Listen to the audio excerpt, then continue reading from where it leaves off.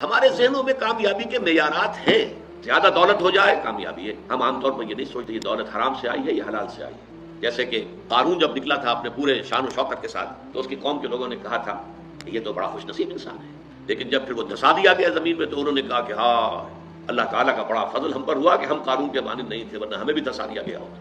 لیکن یہ تو بات کی بات ہے نا. جب قارون کو دیکھا تھا شان و شوکت کے ساتھ نکلا ہے لوگوں میں اس وقت تو یہ کہ اعصاب تھرتھرا جاتے ہیں لوگوں کے. کوئی بڑی لمبی سی چمکیلی سی بھڑکیلی سی کار آپ کے قریب سے گزرے تو ایک دفعہ تو اعصاب کے اندر ارتعاش ہوتا ہے. ہم متاثر ہوتے ہیں, اپنے ماحول سے متاثر ہوتے ہیں. کچھ لوگ ایسے بھی ہوتے ہیں غریب ہیں, مفلس ہیں, خلاش ہیں, کوئی حیثیت نہیں ہے, لیکن اللہ کی نگاہوں میں ان کا مقام وہ ہے کہ اگر وہ کہیں بھولے سے بھی کوئی قسم کھا بیٹھے تو اللہ تعالیٰ ان کے قسم کی لاج رکھے گا. مفلس ہونا, خلاش ہونا, گمنام ہونا, اس میں کوئی حرج نہیں.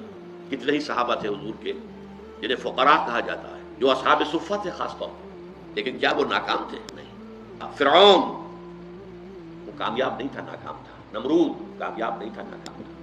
قارون کامیاب نہیں تھا, ناکام تھا.